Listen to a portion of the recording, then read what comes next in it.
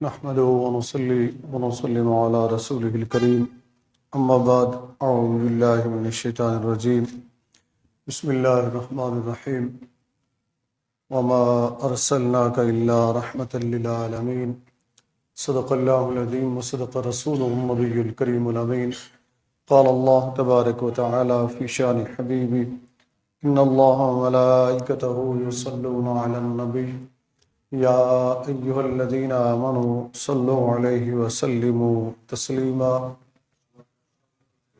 الصلاۃ والسلام علیک یا سیدی یا رسول اللہ وعلی آلک واصحابک یا سیدی یا حبیب اللہ الصلاۃ والسلام علیک یا سیدی یا رسول اللہ وعلی آلک واصحابک یا سیدی یا رحمۃ للعالمین۔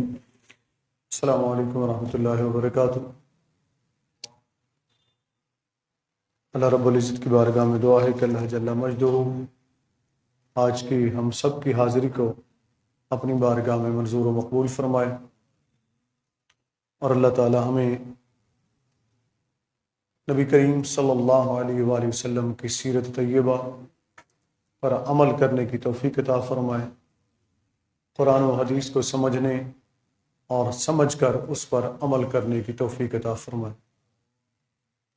اس سے قبل آپ نے سماعت کیا نبی کریم صلی اللہ علیہ وآلہ وسلم کو جب اس دنیا کے اندر بھیجا گیا تو آپ کے کچھ مناسب بیان فرمائے گئے، کچھ ذمہ داریاں بیان فرمائی گئیں۔ ان میں سے ایک آپ نے سماعت کی کہ وہ اللہ کی آیات کو تلاوت فرماتے ہیں، اللہ کی آیات کو پڑھ کر سناتے ہیں، اللہ کی آیات کا پیغام پہنچاتے ہیں۔ اس پر مکمل تفصیل سے تو گفتگو نہیں ہو سکی، لیکن کچھ باتیں میں نے چیدہ عرض کر دی تھیں۔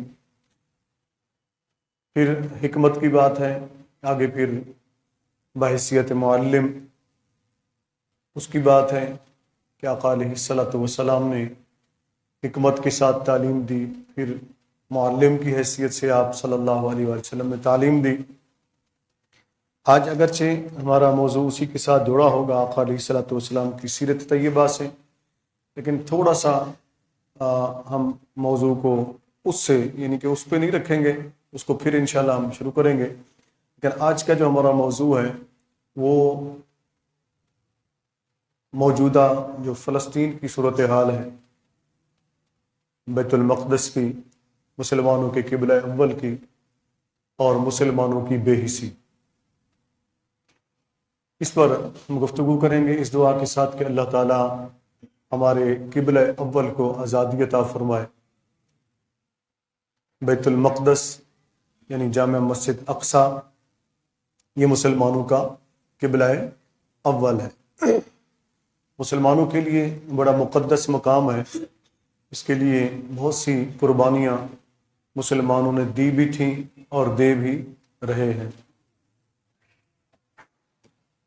ہاں، فرق یہ ہے کہ کبھی کوئی فاروق اعظم آ جاتا اور کبھی صلاح الدین ایوبی رضی اللہ تعالی عنہ ورحمۃ اللہ علیہ، مگر آج نہ کوئی عمر بن خطاب ہے اور نہ کوئی صلاح الدین ایوبی ہے۔ ایک وقت وہ بھی تھا مسلمانوں کے لیے کہ مسلمان مجاہدین صرف 313 تھے۔ کتنے تھے؟ 313 تھے، اور آگے بڑا لشکر، جری لشکر تھا کفار کا، لیکن وہ 313 جن کے پاس اسلحہ بھی نہ تھا، جن کے پاس سامان ضرب و حرب جس کو کہتے ہیں وہ بھی نہ تھا، ٹوٹی ہوئی تلواریں چند تیر ان کے پاس تھے، مگر وہ لڑ گئے اور اللہ کی راہ میں ایسے لڑے کہ دنیا آج بھی ان کی مثال دیتی ہے کہ اللہ نے انہیں فتح، نصرت اور کامیابی عطا فرمائی۔ پھر ہم اپنی تاریخ کو دیکھتے ہیں تو آگے چل کر ہمیں وہ لمحہ بھی یاد آتا ہے جب مسلمانوں کے سامنے جو لشکر تھا وہ 3 لاکھ کا تھا، اور جو مسلمان افواج تھیں، پہلا جو دستہ تھا وہ 7,000 کا تھا، پھر کچھ اور ملا تو یہ کل 30,000 بنے۔ یہ تھے سپہ سالار حضرت خالد بن ولید رضی اللہ تعالی عنہ۔ تو 3 لاکھ سے بھی زیادہ افواج سے لڑ گیا اور اللہ نے انہیں کامیابی عطا فرمائی اور کفر کو شکست عطا فرمائی۔ اس وقت مسلم دنیا کے اندر، یعنی پوری دنیا کو اگر ہم لیں تو اس میں جو مسلمانوں کی آبادی ہے وہ 1,50,50,000,000 کے قریب ہے۔ کتنے؟ 1,50,50,000,000، شاید کچھ اب اس سے زیادہ بھی ہو گئی ہو۔ یہ کچھ عرصہ پہلے کی جو مردم شماری یا اعداد و شمار جو ہیں وہ میں عرض کر رہا ہوں۔ 1,50,50,000,000 کم و بیش مسلمانوں کی اس وقت آبادی ہے۔ اور جو اس وقت مسلم افواج کی تعداد ہے، ٹھیک ہے نا، مسلم افواج کی تعداد یعنی مختلف جو اسلامی ممالک ہیں ان کی افواج کی تعداد کو اگر ملا لیا جائے، چند سال پہلے کی جو تعداد ہے وہ 18 لاکھ سے زیادہ ہے۔ کتنے؟ 18 لاکھ سے زیادہ ہے۔ اور یہ جو مسلم آبادی ہے دنیا یعنی کہ پوری روئے زمین کے اوپر جو زرخیز خطہ ہے، یعنی کہ جہاں سے کھانے پینے کی اشیاء یا آباد خطہ ہے، اس کا 25% جو ہے وہ مسلمانوں کے پاس ہے۔ کتنے فیصد؟ اب یہ حیران کن بات ہے، یعنی زمین کا جو زرخیز خطہ ہے وہ 25% جو ہے وہ مسلمانوں کے پاس ہے۔ سب سے زیادہ سونا، چاندی، گیس، معدنیات سب سے زیادہ جن کے پاس ہیں جن ممالک میں، وہ مسلمان ممالک۔ کون سے؟ مسلمان ممالک۔ صرف ایک اگر آپ پٹرول کو لے لیں، پٹرول کو اور گیس کو لے لیں تو 70% مسلمانوں کے پاس ہے۔ کن کے پاس ہے؟ مسلمانوں کے پاس ہے۔ یعنی اس وقت مسلمانوں کے پاس سب کچھ ہے، مسلمانوں کے پاس ہے سب کچھ ہے، مالی لحاظ سے، معدنیات کے لحاظ سے، اسلحے کے لحاظ سے۔ اسلحے کے لحاظ سے پاکستان مسلم دنیا کا واحد ملک ہے جس کے پاس ایٹم بم ہے، اور پاکستان دنیا کا واحد ملک ہے کہ اس کے پاس ایسے میزائل ہیں جو اس نے خود بھی تیار کیے ہیں کہ ان کو کوئی بھی میزائل شکن سسٹم جو ہے نا وہ ناکارہ نہیں کر سکتا۔ پاکستان کے پاس ایسے بھی میزائل موجود ہیں۔ یہ ساری چیزیں میں بتا اس لیے رہا ہوں تاکہ آپ کے ذہن میں ہو اگلی جو بات ہم نے کرنی ہے کہ آخر وہ وجہ کیا ہے کہ ہماری عزتیں لٹ رہی ہیں، ہماری بہنوں کو لوٹا جا رہا ہے، ماؤں کو ذبح کیا جا رہا ہے، چھوٹے چھوٹے بچوں کو ذبح کیا جا رہا ہے، مگر کسی کے کان پہ جوں تک نہیں رگتی ہے، کسی کو احساس نہیں ہوتا۔ اکا دکا کوئی جماعتیں، کوئی تنظیمیں احتجاج کر لیتی ہیں، وہ ایک الگ چیز ہے، لیکن میں مسلم حکمرانوں کی بات کر رہا ہوں۔ یہاں میری مراد آپ ذہن میں رکھیے گا، آج کی ہماری گفتگو میں جو مراد ہوگی وہ مسلم حکمران ہوں گے مسلم ممالک کے، کہ وہ کیا کر رہے ہیں، وہ کیا کر رہے ہیں۔ اب ہم جب دیکھتے ہیں اپنی تاریخ کو تو اللہ تعالیٰ نے ایک وعدہ فرمایا تھا قرآن کریم کے اندر، فرمایا وَلَا تَهِنُوا وَلَا تَحْزَنُوا وَأَنْتُمُ الْأَعْلَوْنَ إِن كُنتُم مُؤْمِنِينَ، کہ مت گھبراؤ، مت ڈرو، تم ہی غالب آؤ گے، مگر شرط یہ ہے کہ تم مومن ہو۔ شرط کیا ہے؟ مومن، ایمان والے، مومن بن جاؤ، پھر تمہیں اللہ غلبہ عطا فرمائے گا۔ اس آیت کریمہ کی روشنی میں آپ کو، مجھے، میرے نوجوانوں کو سمجھنے میں آسانی رہے گی۔ جب وہ تاریخ پڑھتے ہیں تو آج کے نوجوان کا یہ سوال ہوتا ہے، اور بار بار یہ سوال میرے پاس بھی آیا، ڈاکٹر صاحب آپ اس پہ کیوں نہیں لکھ رہے، اس پہ کیوں نہیں بتا رہے؟ اور جہاں بھی میں جاتا ہوں وہاں بھی نوجوان پوچھتے ہیں کہ ہماری تاریخ اتنی شاندار ہے کہ ہم کم تعداد میں تھے تو ہم فتح یاب تھے، دنیا ہم سے ڈرتی تھی، ہمارے رہنماؤں کے نام سے ڈرتی تھی، اور آج ہماری تعداد زیادہ ہے، تعداد زیادہ ہے، مگر ذلت پستی میں ہم گرے ہوئے ہیں، جو بھی آتا ہے وہ ہمیں مارتا ہے۔ اس کی وجہ کیا ہے؟ اس کی وجہ کیا ہے؟ ایک تو یہ آیت ذہن میں رکھ لیں کہ تم مومن ہوگے تو پھر تمہیں غلبہ ملے گا۔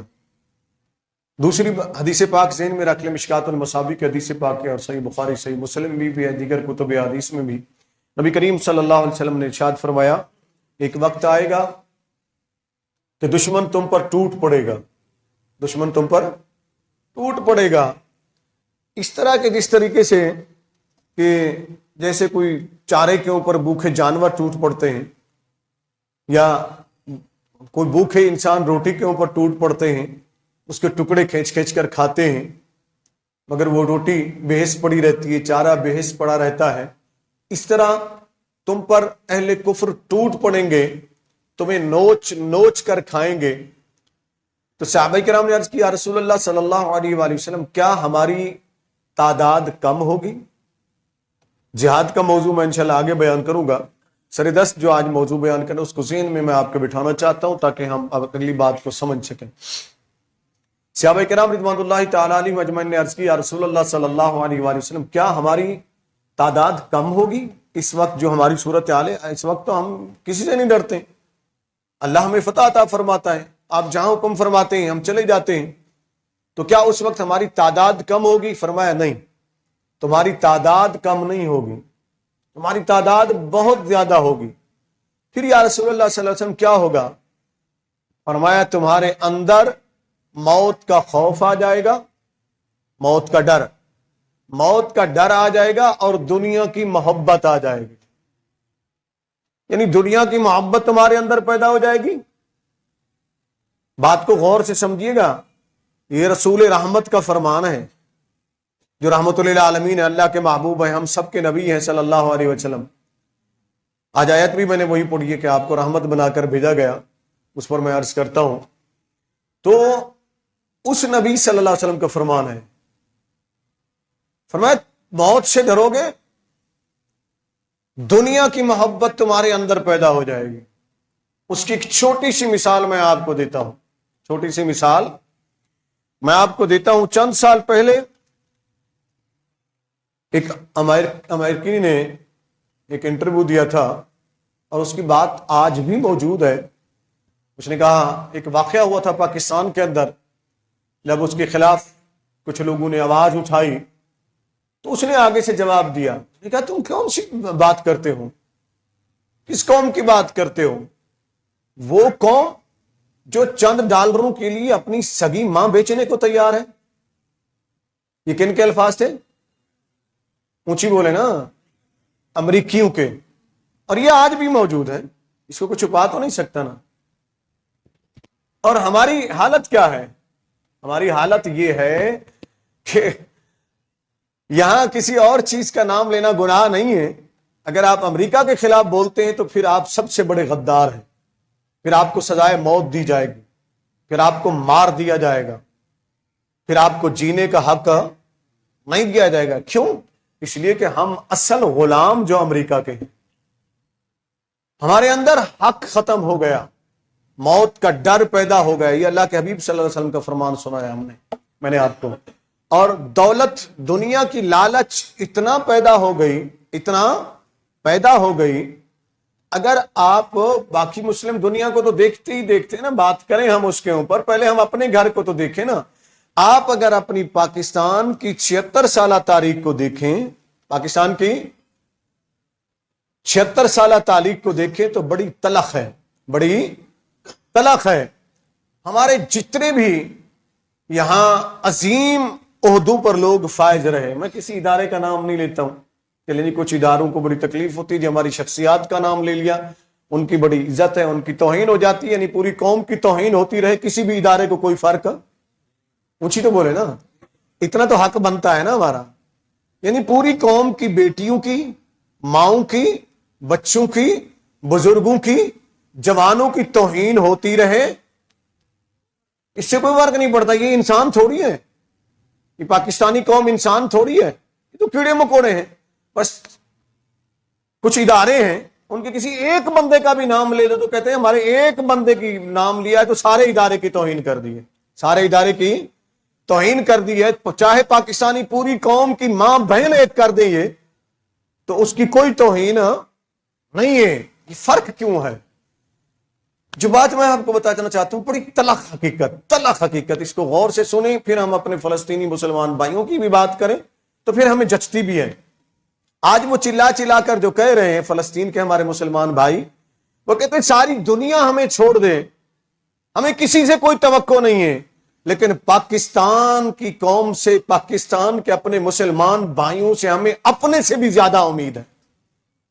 وہ ہمیں سپورٹ کرتے ہیں، ہم سے اتنا پیار کرتے ہیں، اور یہ حقیقت ہے کہ پاکستان کے مسلمان جذباتی حد تک ان سے محبت کرتے ہیں اور ایمان کی حد تک ان سے محبت کرتے ہیں، اس لیے کہ ایک تو ہمارا وہاں قبلہ اول ہے، دوسرے ہمارے وہ بھائی ہیں، سر میں نے پرسوں چھوٹا سا ایسے بیٹھا ہوا لکھ رہا تھا، دل چاہ رہا تھا میں لکھوں، دل رو بھی رہا تھا، کچھ ویڈیوز آئیں وہ میں نے دیکھی تو اسے تو میرے منہ سے ایک جملہ بے ساختہ نکلا کہ اے میرے قبلہ اول تو کس حال میں ہوگا، اے میرے قبلہ اول تو کس حال میں ہوگا۔ تو وہ جگہ ہے، یہ وہ الفاظ ہیں جو میں نے میرے دل سے نکلے، میں نے لکھے، میں چاہتا ہوں میں آپ تک بھی کچھ مفہوم پہنچا دوں۔ میں نے کہا تو وہ ہے کہ تیرے مقدس فرش پر کبھی نبیوں کے قدم لگے تھے، کبھی رسولوں کے قدم لگے تھے، تو وہ مقدس جگہ ہے جہاں تاجدار کائنات رحمت للعالمین اللہ کے محبوب صلی اللہ علیہ وسلم تشریف لائے تھے، ان کے قدم تجھ پر لگے تو وہ خطہ ہے کہ میرے آقا صلی اللہ علیہ وسلم نے تیرے اندر امامت فرمائی اور تجھے شرف بخشا، تجھے بزرگی بخشی، اور وہیں سے اپنے سفر معراج کا آغاز فرمایا، بلندیوں کی طرف روانہ ہوئے۔ آج اے میرے قبلہ اول تو کس حال میں ہوگا جب تیرے ہی فرش پہ یہودیوں کے بوٹ پہنے فوجی گھستے ہیں، میری ماؤں کو مار دیتے ہیں، میری بہنوں کو مار دیتے ہیں، میری بیٹیوں کو مار دیتے ہیں، تیرا فرش ان کے خون سے بھر جاتا ہے، ان کے ناپاک قدم سہتا ہے تیرا فرش، مگر ہے میرا قبلہ اول ہم دور ہیں، بے بس بھی ہیں، مجبور بھی ہیں، ہم کچھ کر بھی نہیں سکتے، ہمارے پاس اختیار بھی نہیں ہے، جو کر سکتے ہیں انہوں نے اپنے آپ کو بیچ دیا ہے، انہیں اپنے ضمیروں کو بیچ دیا ہے، سودا کر دیا ہے۔ اے قبلہ اول تو ہمیں معاف کر دینا، ہاں یہ ضرور ہے کہ ہم تیرے ساتھ ہیں، ہم تیرے ساتھ ہیں، ہر پل تیرے ساتھ ہیں۔ اے قبلہ اول کے لوگ ہو، فلسطین کے میرے مسلمان بھائیوں، بہنوں، بیٹیوں، میرے بچوں، ہم ہر پل تمہارے ساتھ ہیں، لیکن مجبور ہیں کہ ہم آ نہیں سکتے، ہم آ نہیں سکتے، ہم اجازت مانگتے ہیں اپنے حکمرانوں سے۔ یہ میں کہانی بیان کر رہا ہوں مسلم امہ کی، کسی ایک خطے کی نہیں، کسی ایک ملک کی نہیں، جہاں جہاں مسلم حکمران ہیں ان کی حالت میں بیان کر رہا ہوں۔ کوئی یہ نہ سمجھے کہ میرے متعلق کہہ رہے ہیں، ہاں سچ وہ ہوتا ہے کہ سچ ایسے بولو کہ ہر بندہ سمجھے کہ میرے متعلق کہا جا رہا ہے، یہ سچ کی سچائی ہوتی ہے۔ جھوٹ کا لیبل ہو تو پھر اس کا اثر نہیں ہوتا۔ اے میرے قبلہ اول، اے میرے فلسطین کے مسلمان بھائیوں، بہنوں، میری بیٹیوں، میرے بچوں، ہم اپنے مسلم حکمرانوں سے اجازت طلب کرتے ہیں کہ ہمیں جانے دو، ہم اپنے مسلمان بھائیوں کی مدد کے لیے جانا چاہتے ہیں، وہ کہتے ہیں تم نہیں جا سکتے ہو، وہ کہتے ہیں تم نہیں جا سکتے ہو۔ ہم کہتے ہیں کیوں؟ وہ جی دنیا کا امن خطرے میں آ جائے گا۔ ہم گھر بیٹھے ہوتے ہیں، ہمیں پتا چلتا ہے ہمارے اڈے امریکہ کو بیچ دیے جاتے ہیں، ہمارے ساحل امریکہ کو بیچ دیے جاتے ہیں، ہماری فوجیں اقوام متحدہ کو بیچ دی جاتی ہیں، ہمارا سب کچھ ان کے حوالے کر دیا جاتا ہے۔ جب ہم پوچھتے ہیں ایسا کیوں کر رہے ہو، کہتے ہیں تمہیں حق نہیں ہے سوال کرنے کا۔ بات سمجھ رہے ہیں کہ نہیں سمجھ؟ تمہیں حق نہیں ہے سوال کرنے کا۔ ہم پوچھتے ہیں کہ ہمیں کیوں حق نہیں ہے سوال کرنے کا؟ جواب ملتا ہے تم ہوتے کون ہو پوچھنے والے؟ تم آزاد تو نہیں ہو نا، تم آزاد تو نہیں ہو نا، تم تو غلام ہو، اور غلام اپنے آقا کے حکم کا پابند ہوتا ہے۔ غلام کو پوچھنے کا حق نہیں ہوتا، غلام کو جینے کا حق نہیں ہوتا، غلام کو آزاد رہنے کا حق نہیں ہوتا ہے۔ یہ ایک پاکستان کی حالت نہیں ہے، اس مسلمانوں کے 57 اسلامی ممالک کی حالت ہے۔ کیا؟ 57 اسلامی ممالک کی حالت ہے۔ میں نے اقوام اسلام، مسلمانوں کی اقوام کے سپہ سالار بنے، جو متحدہ فوج بنی مسلم امہ کی، جانتے ہیں نا آپ، اس کے سپہ سالار بنے ہماری پاک افواج کے ریٹائر سپہ سالار، سابقہ سپہ سالار جنرل راحیل شریف۔ امیدیں تھی امت کو کہ مسلم امہ کی متحدہ فوج بن رہی ہے، فلسطین کے مسلمانوں کی سنی جائے گی، مقبوضہ کشمیر کے مسلمانوں کی سنی جائے گی۔ میں نے مسلم امہ کی اس متحدہ افواج کی سپہ سالار سے پوچھا، سپہ سالار صاحب آپ سپہ سالار ہیں، اس وقت آپ کہاں چھپے ہوئے ہیں؟ جب مسلمانوں کے بچوں کو کیمیکل ہتھیاروں سے بھونا جا رہا ہے، ہماری بیٹیوں کو روندا جا رہا ہے، ہماری ماؤں کو چھلنی کیا جا رہا ہے، ہمارے بچوں کو ذبح کیا جا رہا ہے، اور کربلا کیا ہوگی جن کا پانی بند کر دیا گیا، جن کی ہسپتالوں کو اڑایا جا رہا ہے، جن کے جسم کے چیتھڑے اڑ رہے ہیں، وہ درندہ جو دنیا کا سب سے بڑا دہشت گرد امریکہ جو تمہارا باپ ہے، وہ تمہارا باپ جن جناتا ہوا اس دہشت گرد اسرائیل کی مدد کرنے پہنچ گیا، تم کہاں ہو؟ مسلم امہ کے سپہ سالار تم کہاں ہو؟ مسلم افواج کے سپہ سالاروں تم کہاں ہو؟ تمہاری غیرت کہاں مر گئی؟ تمہاری یہ 18 لاکھ یا 20 لاکھ افواج کدھر ہیں جب قبلہ اول کا تقدس پامال کیا جا رہا ہے، جب مسلمانوں کے بچوں کو دفن کرنے کے لیے کفن تک نہیں مل رہا ہے، جب مسلمانوں کے بچوں کو گاجر مولی کی طرح کاٹا جا رہا ہے، تم کہاں ہو؟ تمہاری غیرت کہاں مر گئی؟ آج قبلہ اول پکار رہا ہے، قبلہ اول پکار رہا ہے۔ دنیا نے وہ جو حملہ آور ہے دنیا قبلہ اول پر، انہوں نے کچھ شتونگڑے اپنے چھوڑے دنیا کے اندر۔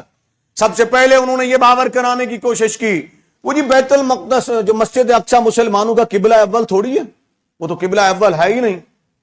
کسی کو یقین نہیں ہے تو پاکستان میں ایک انہی قوتوں کا ایک چھتونگڑا ہے، محمد علی جہلمی، مرزا محمد علی جہلمی، اس کی ویڈیو میرے پاس موجود ہے، گھر پہ موبائل کے اندر موجود ہے، میرے ٹیبلٹ کے اندر بھی، جو دیکھنا چاہے۔ وہ کہہ رہا جی کہ مسجد اقصی مسلمانوں کا قبلہ اول تھوڑی ہے، مسلمانوں کا قبلہ اول تو ہے نہیں۔ اب اس قسم کے لوگ بھی مذہبی لبادے میں بھی چھوڑے جاتے ہیں اور عام دنیا داری کے لبادے میں بھی چھوڑے جاتے، تاکہ مسلمانوں سے ان کی مقدس جو جگہیں ہیں، مقدس شخصیات ہیں، ان کا تعلق توڑا جائے، ان کے ذہنوں سے وہ چیزیں نکالی جائے۔ سن مرزا جہلمی، تیرا تو کچھ بھی نہیں ہے نا، لیکن ہمارا قبلہ اول تو مسجد اقصی ہے، مسلمانوں کا قبلہ اول تو مسجد اقصی ہے۔ صحیح بخاری شریف کی حدیث پاک ہے، صحیح مسلم شریف کی حدیث پاک ہے، مشکات المصابیح کی حدیث پاک ہے، کنز العمال کی حدیث پاک ہے، مسند ابو یعلا کی حدیث پاک ہے، دیگر کتب احادیث کے اندر، اور پھر کتب تفاسیر کو اٹھا لیں تو امام فخر الدین رازی کے تفسیر کبیر اٹھائیں، عبداللہ بن عباس رضی اللہ تعالیٰ عنہ کی تفسیر جو ان کے نام سے منسوب ہے، تنویر المقیاس، تفسیر ابن عباس، وہ اٹھا کر دیکھ لیجئے، تفسیر ساوی اٹھا کر دیکھ لیجئے، تفسیر خازن اٹھا کر دیکھیے، تفسیر مدارک التنزیل اٹھا کر دیکھیے، تفسیر روح المعانی اٹھا کر دیکھیے، تفسیر روح البیان اٹھا کر دیکھیے، تفسیر ابن کثیر اٹھا کر دیکھیے، تو یہ مرزا جہلمی کو یہ چیزیں نظر نہیں آتی، نہ اس کے اندھے فالورز کو نظر آتی ہیں۔ ان سب میں لکھا ہے کہ 16 سے 17 ماہ تک ہمارے نبی صلی اللہ علیہ وسلم اور صحابہ کرام مسجد اقصی کی طرف منہ کر کے نماز پڑھتے رہے۔ کعبۃ اللہ کے قبلہ بننے سے پہلے مسجد اقصی کی طرف منہ کر کے نماز پڑھتے رہے، تو وہ قبلہ اول ہوا کہ نہ ہوا؟ جی 17 ماہ تک۔ اور پھر اس کا قرآن بھی گواہ ہے، اس کا قرآن بھی گواہ ہے۔ کیسے؟ ذرا قرآن کو دیکھیے نا، قرآن کا دوسرا پارہ پڑھیے۔ رب کریم کے محبوب علیہ الصلوۃ والسلام کو جب تانا دیا جانے لگا کہ دین لے کر آئے ہو، شریعت لے کر آئے ہو، اور ہمارے قبلے کی طرف منہ کر کے نماز پڑھتے ہو، کیونکہ یہودی بھی اسی کی طرف منہ کر کے نماز پڑھتے تھے، تانا دینے لگے، تو اللہ کے حبیب صلی اللہ علیہ وسلم کہاں کھڑے ہوئے ہیں؟ مسجد قبلتین۔ یاد کریں اپنی تاریخ کو، اپنے بچوں کو بھی یاد کریں، تاکہ اس طرح کے جو گمراہ لوگ آتے ہیں تو آپ کی نسل کو گمراہ نہ کر سکیں۔ اس لیے میں اپنی نوجوان نسل کو کہا کرتا ہوں کہ یہ چیزیں نہ دیکھا کرو جو چونک چونک کر بولتے رہتے ہیں، یہ دیکھو کہ حقیقت کیا ہے، کن نظریات کی طرف تمہیں لے جایا جا رہا ہے۔ خدا را اپنے آپ کو بچاؤ، اپنی نسلوں کو بچاؤ۔ آقا علیہ السلام کہاں کھڑے ہوئے نماز پڑھا رہے ہیں؟ مسجد قبلتین۔ یہ بعد میں اس کا نام مسجد قبلتین بنا، آج بھی موجود ہے مدینہ المنورہ کے اندر۔ ظہر کی نماز تھی یا عصر کی نماز تھی، دیکھی ہوئی ہے بہت سارے دوستوں نے۔ وہاں آپ جائیں، اس کا جو سینٹر والا دروازہ ہے نا، سینٹر والا، 5 دروازے، 2 ادھر ہیں، 2 غالباً یا 3 دروازے ہیں، ادھر سے سینٹر والا جو دروازہ ہے، جب آپ اس سے اندر آتے تو اوپر اس کے نا ایک محراب نما ایسے مصلی نما جگہ بنی ہوئی ہے۔ یہ وہ مقام تھا جہاں نبی کریم صلی اللہ علیہ وسلم کھڑے ہوئے امامت فرما رہے تھے۔ اس سائڈ پہ صفیں بنی ہوئی تھی صحابہ کی، ٹھیک ہے نا۔ اب جس طرف قبلہ ہے یعنی کعبۃ اللہ کی طرف، اب مصلی اس رخ پہ ہے، لیکن وہاں اس رخ پہ تھا اس وقت۔ آقا علیہ السلام وہاں کھڑے ہوئے تھے، نماز پڑھا رہے تھے، صحابہ کرام پیچھے صفیں بنا کر کھڑے ہوئے اس طریقے سے۔ اب آقا علیہ السلام وہاں کھڑے ہوتے، وہاں کھڑے کھڑے آقا علیہ الصلوۃ والسلام آسمان کی طرف نگاہ، وہ خیال آ گیا کہ یہ تانے دیتے ہیں مجھے، قبلے کا تانا دیتے ہیں۔ جب دیکھا قد نرا تقلب وجہک فی السماء، مرزا جہلمی صاحب اور آپ کے جتنے بھی فالوور ہیں ان سے میرا سوال ہے، قرآن کی یہ آیت کدھر کرو گے؟ یہ کس کا ذکر ہو رہا ہے؟ یہ آقا علیہ السلام کدھر کھڑے ہوئے نماز پڑھ رہے تھے؟ قبلہ اول کا انکار کرتے ہو، ہر چیز کا تم انکار کر دو گے۔ تم نے کیا سمجھا کہ مرزا قادیانی کی طرح وہ بڑا مرزا تیرا کچھ نہ کر سکا تو کیا کر سکے گا؟ ایک دن تیرا نقاب بھی کھل جائے گا، جس نقاب میں تو چھپا ہوا ہے وہ سب کو پتا چل جائے گا۔ یہ ایسی کوئی بات نہیں ہے۔ مسلم علماء بیدار ہیں، جاگ رہے ہیں، وہ دیکھ رہے ہیں انشاءاللہ العزیز، اور ہر بات کا جواب بھی دے رہے ہیں۔ تو اس کا جواب کیسے دو گے؟ کیسے لوگوں کو کہو گے کہ یہ قبلہ اول کی طرف رخ نہیں تھا؟ میرے اور آپ کے نبی صلی اللہ علیہ وسلم کھڑے ہوئے ہیں اور رخ ہے مسجد اقصی کی طرف، نماز پڑھ رہے ہیں آقا علیہ السلام۔ جب اوپر بار بار دیکھا تو رب کریم نے فرمایا قد نرا تقلب وجہک فی السماء، اے محبوب تیرا بار بار آسمانوں کی طرف دیکھنا ہم دیکھ رہے ہیں۔ پھر کیا کرنا ہے؟ فرمایا فَلَنُوَلِّيَنَّكَ قِبْلَةً تَرْضَاهَا، اے محبوب جدھر تو رخ کر لے ادھر ہم قبلہ بنا دیتے ہیں۔ چونکہ آقا علیہ السلام کی خواہش یہ تھی کہ کعبۃ اللہ جو ہے ابراہیم علیہ السلام نے تعمیر فرمایا، آدم علیہ السلام نے، ابراہیم علیہ السلام نے، آقا علیہ السلام کی خواہش تھی کہ ہمارا قبلہ یہ بن جائے، نماز کا یہ قبلہ بن جائے، اور کچھ صحابہ کرام کی بھی کثرت سے خواہش تھی۔ تو اللہ نے فرمایا محبوب جدھر آپ رخ کرتے ہیں ادھر کر دیجیے۔ آقا علیہ السلام نے حالت نماز میں ہی وہاں سے اس طرف رخ بدل لیا۔ اب سوال یہ ہے، رخ بدلا، جگہ بدلی، صحابہ کرام کھڑے ہوئے ہیں، وہ نماز پڑھ رہے ہیں، وہ نماز پڑھ رہے ہیں، صرف جگہ ہی نہیں بدلی، رخ بھی بدل گئے، جہت بھی بدل گئی۔ بولے ان لوگوں کی نماز ہوئی کہ نہیں ہوئی؟ جی آج تک تو کسی نے نہیں لکھا ان کی نماز نہیں ہوئی۔ انہوں نے جب رخ بدل لیا تو آقا علیہ السلام کے پیچھے انہوں نے رخ کر لیا تو پتہ یہ چلا اصل نماز وہ ہے کہ جدھر مصطفیٰ رخ کر لیں وہی نماز بن جاتی ہے، وہی قبلہ بن جاتا ہے، وہی قبلہ بن جاتا ہے۔ تو مسجد اقصی جو ہے نا، یہ ہمارا قبلہ اول ہے۔ کیا ہے؟ ہمارا قبلہ اول ہے۔ نبی کریم صلی اللہ علیہ وسلم فرماتے ہیں مسجد اقصی میں جو نماز پڑھے گا، جانتے اس کا کتنا ثواب ہے؟ اونچی بولے نا، آپ صاحب بتا رہے ہیں نا، تاکہ سارے دوستوں کو میں چاہتا ہوں پتا چلے۔ 25,000۔ پھر آپ مسجد نبوی میں آتے ہیں تو 50,000۔ پھر آگے چلتے ہیں مسجد حرام میں آتے تو 1,00,000 نمازوں کا ثواب، ایک نماز پڑھنے پر، ایک نماز پڑھنے پر۔ مسجد اقصی، بیت المقدس، قبلہ اول ہم مسلمانوں کا، وہ آج ہمیں بلا رہا ہے۔ ایک مرتبہ پہلے بھی ایسے ہوا تھا، سیدنا فاروق اعظم، تاریخ میں 2 بار یہ منظر آیا۔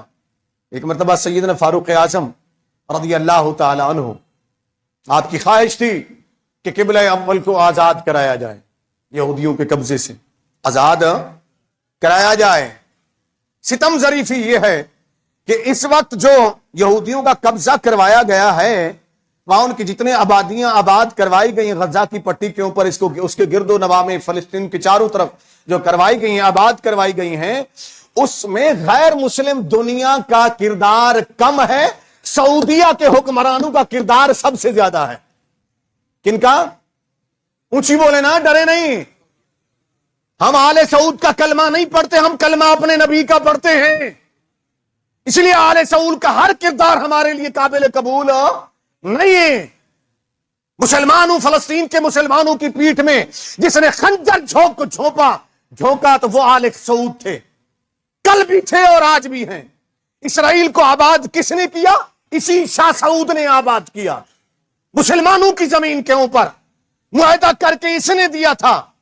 آج 2023 ہے، 1923، اس سے قبل آپ چلے جائیں تو وہ معاہدہ سعودیہ کا، آل سعود کا، شاہ سعود کا جو وہ معاہدہ ہے آج بھی موجود ہے، جو یہودیوں کو اس نے لکھ کر مسلمان فلسطین کے مسلمانوں کی زمین کو لکھ کر اس نے دیا ہے، اور آج بھی ان کو آباد کرانے میں اس کا کردار موجود ہے۔ کیوں؟ اس لیے کہ محمد بن سلیمان چاہتا ہے کہ امریکہ کی شاہ پر میری سلطنت برقرار رہے، میری حکومت برقرار رہے۔ مسلمان روئے تو کس کے آگے روئے، مسلمان فریاد کرے تو کس کے آگے کرے، سوائے اللہ کے اور کوئی جگہ نہیں ہے جہاں وہ فریاد کرے۔ اس لیے کہ جس ملک کے حکمران کی بات کا آپ سامنے لاتے ہیں تو وہ انہی کا ہی اعلی کار نکلتا ہے، وہ انہی کا ہی اعلی کار نکلتا ہے۔ تو میں نے قرآن کی آیت پڑھی، وما ارسلناک الا رحمۃ للعالمین، ہمارے نبی صلی اللہ علیہ وسلم کو عالمین کے لیے رحمت بنا کر بھیجا گیا۔ جہاں عالمین کے لیے رحمت بنا کر بھیجا گیا، ان کی رحمت للعالمین کا بہت درس دیا جاتا ہے، دینا چاہیے۔ ہمارے نبی رحمت للعالمین بن کر تشریف لے آئے، لیکن اسی کے ساتھ متفق علیہ حدیث، یعنی صحیح بخاری، صحیح مسلم کی حدیث، مشکات المصابیح کے اندر موجود، جہاں آقا علیہ السلام نے فرمایا انا نبی الرحمہ، کہ میں رحمت والا نبی ہوں، میں رحمت والا نبی ہوں، تو وہاں آپ کے اور میرے نبی نے فرمایا ہے انا نبی الملاحم، انا نبی اونچی بولے نا۔ کسی کو یاد ہے یہ نبی ہمارے کی صفت؟ جی، نبی الملاحم کسے کہتے ہیں؟ جس کو یاد ہو ہاتھ کھڑا کریں۔ جی، یہ ہے ہماری حالت۔ اگر ہم پوچھیں رحمت للعالمین کون ہے، ذرا ہاتھ اٹھائیں نا، رحمت للعالمین کون؟ ہمارے نبی صلی اللہ علیہ وسلم۔ سب نے ہاتھ اٹھا دیا نا۔ یہ پھر ظلم کس نے کیا، یک طرفہ ٹریفہ کس نے چلائی؟ کیوں نہیں بتایا گیا؟ جہاں ہمارے نبی نبی رحمت ہے، وہ نبی ملاحم بھی ہیں۔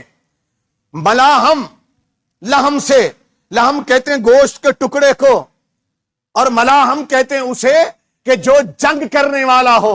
میرے اور آپ کے نبی نے فرمایا انا نبی الرحمہ۔ پہلا حصہ تو سنا لیا، مولویوں کو بڑا یاد ہو گیا، خطیبوں کو بھی یاد ہو گیا، اسکولوں یونیورسٹیوں کے پروفیسروں کو بھی یاد ہو گیا، مدرسوں کالجوں اور سکولوں کے استادوں کو بھی یاد ہو گیا، مسجد کے ممبر کے مولوی کو بھی یاد ہو گیا، لیکن حدیث کا اگلا ہی حصہ یہ کھا گئے، ہضم کر گئے۔ میرے نبی نے فرمایا انا نبی الملاحم، سنا، میں ٹکڑے ٹکڑے کر دینے والا نبی ہوں۔ میں باطل کو مٹا دینے والا نبی ہوں، میں حق کا علمبردار نبی ہوں۔ وہ نبی کا علم جہاد کون اٹھائے گا؟ وہ نبی ملاحم کی اس صفت کو کون بلند کرے گا؟ جب سے تم نے منافقت کیا کلمہ پڑھنے والوں اپنے نبی سے، تب سے ذلت تمہارا مقدر ہو گئی، تب سے رسوائی تمہارا مقدر ہو گئی، تب سے کثرت میں ہونے کے باوجود بھی چتر تم کھا رہے ہو، کوڑے تم کھا رہے ہو، رسوا تم ہو رہے ہو۔ وہ جو جیتے تھے 313 وہ جانتے تھے کہ ہمارے نبی یہ رحمہ بھی ہیں، نبی یہ ملاحم بھی ہے، وہ جانتے تھے، اس لیے انہوں نے تلواریں بھی اٹھائی تھیں۔ تو تمہیں نبی ملاحم، وہ تلوار اٹھانے والے نبی، وہ جہاد کرنے والے نبی صلی اللہ علیہ وسلم، ان کے نقش قدم پر چلتے ہوئے اٹھنا ہوگا، جاگنا ہوگا، بیدار ہونا ہوگا۔ کیسے ہم اپنے ان فلسطین کے مسلمان بھائیوں کی مدد کر سکتے؟ ہماری حکومت پاکستان سے میں بتا دیتا ہوں آپ کو، اجازت مانگی گئی مختلف، میں نام کسی کا نہیں لیتا ہوں، میں جانتا ہوں ذاتی طور پر، میرے علم میں ہے، انہوں نے مانگی اجازت کہ حکومت پاکستان ہمیں اجازت دیجئے، ہم اپنے فلسطین کے مسلمان بھائیوں کی مدد کے لیے جانا چاہتے ہیں، باقی الاول کی حفاظت کے لیے لڑنا چاہتے ہیں۔ آپ کے سپہ سالار سے لے کر چیف جسٹس سے لے کر تمام حکمران یوں دبک کر بیٹھ گئے، نہیں جی ہمارے سے امریکہ ناراض ہو جائے، ہم اجازت نہیں دے سکتے، اجازت نہیں دے سکتے۔ اب ہم کیا کریں؟ جو میں نے شروع میں عرض کیا، ہم جا تو نہیں سکتے، اجازت نہیں مل رہی، ہم کر سکتے ہیں ان کی مدد، دعائیں بھی کر سکتے ہیں ان کے لیے، دعاؤں کے ساتھ ہم جہاں سمجھے کہ ہاں یہ تنظیم، ہم اگر اسے کوئی عطیہ دیں گے تو یہ تنظیم ان تک پہنچائے گی، ان تک پہنچائے گی۔ آپ سے کپڑا ہو سکتا ہے، آپ سے پیسہ ہو سکتا ہے، آپ سے جو کچھ بھی ہو سکتا ہے، ان کے لیے مدد کیجئے اور ہمہ وقت انہیں سہارا دیجئے، ان کی ڈھارس بڑھائیے، اپنے اپنے شہروں میں نکلیے، اپنی اپنی گلیوں میں نکلیے۔ سیاستدانوں کے لیے نکل سکتے ہو تو نبی کے غلاموں کے لیے نہیں نکل سکتے؟ اپنے مسلمان بھائیوں کے لیے نہیں نکل سکتے؟ ان کے لیے باہر نکلیں، وقتاً فوقتاً نکلیں، ضروری نہیں ایک دن نکل کر بیٹھ گئے، نکلیے۔ مگر پاکستان کے اندر تو ایسا قانون بنا دیا گیا ہے، باقی سب کے لیے نکل سکتے ہو، فلسطین کے لیے نکلو گے تو پرچے کاٹ دیے جائیں گے، فلسطین کے لیے نکلو گے تمہیں تھانوں میں بند کر دیا جائے گا، لیکن ہم پھر بھی نکلیں گے اپنے مسلمان بھائیوں کے لیے پرامن طریقے سے۔ ان کی مدد کیجئے جتنا بھی ہو سکتا ہے، اور ان کے لیے دعائیں بھی کیجئے، اس لیے کہ قبلہ اول اے مسلمانوں تمہیں پکار رہا ہے۔ اگلے جمعۃ المبارک کا ہمارا موضوع گفتگو ہوگا جہاد کیا ہے، فضیلت جہاد، اس پر ہم گفتگو کریں گے، اس دعا کے ساتھ کہ اللہ تعالی ہمیں عمل کرنے کی توفیق عطا فرمائے۔